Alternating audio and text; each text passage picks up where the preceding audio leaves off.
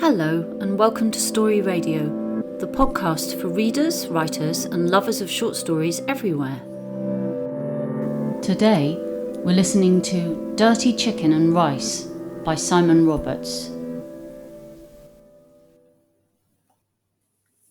Dirty Chicken and Rice, written and read by Simon Roberts. It's a dirty chicken and rice night. Has to be. Apart from what's happened to Spence, it's a Monday. Dell's at the cheapo supermarket buying chicken. Basmati we already have, plus chili flakes, cumin seeds, fennel seeds, and coriander seeds. Reminds me we need fresh coriander too. I text Dell, check the fridge, another text. Me. And yoghurt. Him. Anything else? Eye of newt, toe of frog. Me. Yeah. Wool of bat. Too much quoting from the Scottish play? We don't need any more shit luck. Dell, of course, doesn't believe in all that. We conform pitifully to type. He's a cynical journalist, I'm a paranoid actor, and we've sunk most of a litre of Spanish red. I'm about to text again when Ali calls. I've just heard, she says. Oh God, Robert.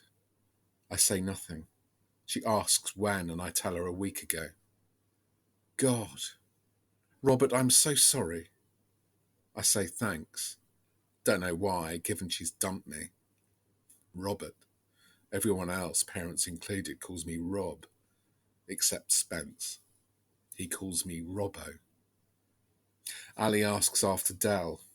I throw caution to the wind and tell her he's out buying tongue of dog and adder's fork. Then hang up and reward myself with what's left in the bottle. Go to Spence's room. Typical of him to take the smallest room, even though he owns the flat.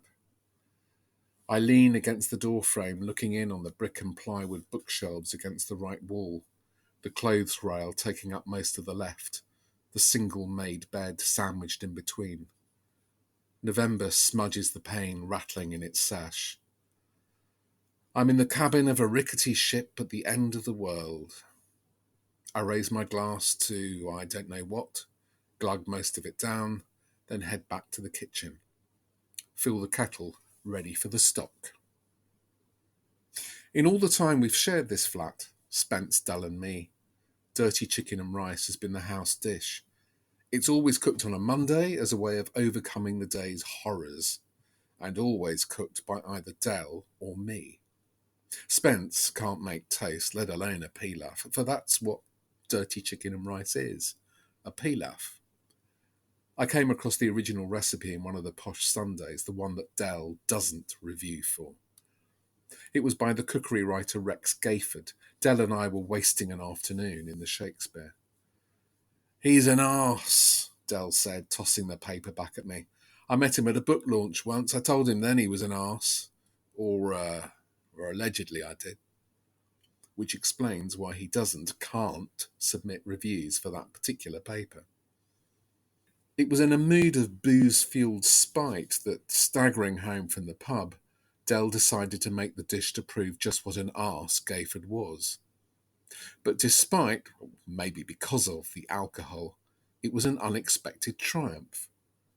Dell tore out the recipe, took a felt pen to the writer's name, and scrawled his own above it.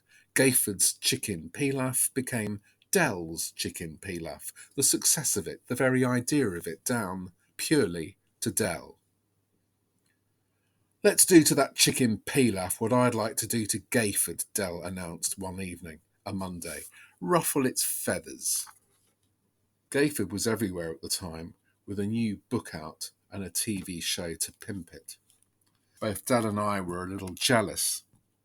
Dell because every publisher was rejecting his novel, me because I was getting next to no telework and fuck all else. Spence didn't improve matters by mentioning that Gayford had once shopped in his bookstore. He was nice, he said. Cute, too. Nice, Dell scoffed. That does it. So Dell and I set to work on roughing up the pilaf. I scattered over chopped garlic from an entire bulb, and Dell threw in a fistful of chili flakes. The blackened onions and the chicken skin that looked more brown than golden added to the grubby effect of the dish. "What have you done to it?" Spence asked when he came through to the kitchen. He inspected the mound of spice-sticky rice leavened with semi-burnt chicken piled into a Pyrex dish tide-marked a nicotine yellow. He dug in the fork Dad had handed him. "Tastes heavenly. Only, my darling boys, it looks like a pile of absolute filth. Needs cleansing. Coriander?" We found some out-of-date coriander leaves from the bottom of the fridge and mixed them through. Then Spence rechristened what our house speciality has been called ever since. Dell's key's in the lock, so I untucked the grease-scarred cutting from the fridge door. As well as the chicken, a bunch of coriander, and yoghurt, Dell's bought a box of wine, plus Alka-Seltzer. "Breakfast," he says, tossing the packet onto the kitchen table. Ali rang. "Invite her over." "Thought you didn't like her." "Spence did," he says, grappling with the tap on the wine box. "You did. Do." Wine spurts into his glass and he gulps down a mouthful. Pulls a face like a kid force-fed cough syrup. I tell him about the cabin and the rickety ship and the world's end. "Mistake. It's a box room in an archway flat. Get a grip." He heaves out Spence's barely used Le Creuset from a bottom cupboard onto one of the work surfaces. "Not the Pyrex?" "I thought the Le Creuset would lend a little dignity to proceedings," Dell says. He pulls open other cupboards, taking from them the staples for what was Gayford's, but which is now definitely ours. Oil, spices, seasoning, and from the fridge, butter. I leave him to it.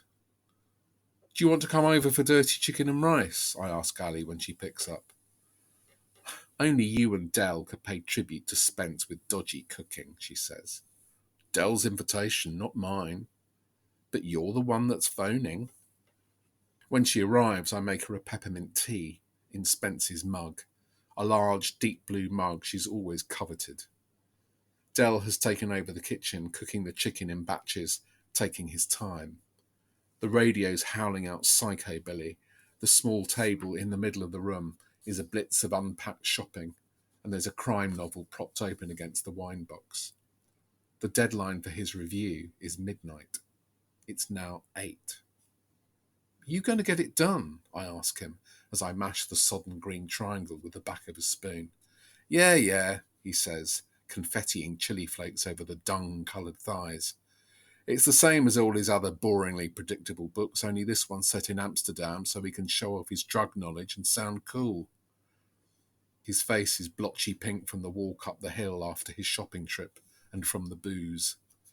His Smith's t-shirt doesn't quite manage to cover his rind white paunch. "Does he sound cool?" "No, he sounds like a wanker." "Who done it?" I ask. "Art dealer guy. I intend to reveal this small detail in my opening sentence. Stock?" I find a suitable jug and pour in what's left from the kettle. Add a couple of ready-made cubes and watch them sink to the bottom. Pick up the jug and rotate it gently to help the stock dissolve. Dell removes the last of the thighs from the pan and starts to add slices of onion. "Don't forget to introduce the garlic," I say. "Onion, garlic. Garlic, this is onion." Neither of us smile. It's an old joke that isn't funny anymore, but one of us still says it when we make dirty chicken and rice. It's part of the ritual. Ali is sitting on the edge of Spence's bed, eyeing her way along the bookshelves. The volumes are mainly in hardcover, first editions of books by writers Spence admires. Alphabetical order, of course. Cheever, Hollinghurst, Tart, Waters, all carefully cellophaned to protect the dust jackets. "They look almost mummified," she says. "Oh, Christ." She turns away. I stand there with mug and glass like a waiter. She'll reach out a hand if she wants me, only she won't. I watch her shoulders heave. "How goes it?" she asks me eventually, reaching out for her tea. "How do you think?" "I don't mean about Spence, I mean work. by which I mean acting, not bloody temping. Well, there's not much around of either. She looks at me over the rim of the mug that she's held up to her lips and informs me I'm hopeless. She sips, swallows in a way that is more noisy than necessary. It's one of the few things about Ali I never liked. Not that she knows this. Would gulp even more noisily if she did. I mean, you're talented, she says, but you're a rubbish self-promoter, not like Spence. You were always a little in love with Spence. So were you. So was Del. Who didn't love Spence? You know, you should take a leaf out of Spence's book, you and Del. Look where it got him, I say. Running his own bookshop. Getting murdered in a toilet. Someone didn't love Spence. She glares at me. I deserve whatever's coming. She lets me have it between the eyes. Failing as an actor. Sorry, I mutter. The only light is the one trickling through the hall from the living room. She takes another swig of tea. Gulp. I'm enough in shadow that she can't see me wince. Dell's sudden clattering and the radio blare fill the silence between us. I want to close the door and plunge us into darkness. I want to collapse next to her on Spence's bed and push my face into the shiny straightness of her hair.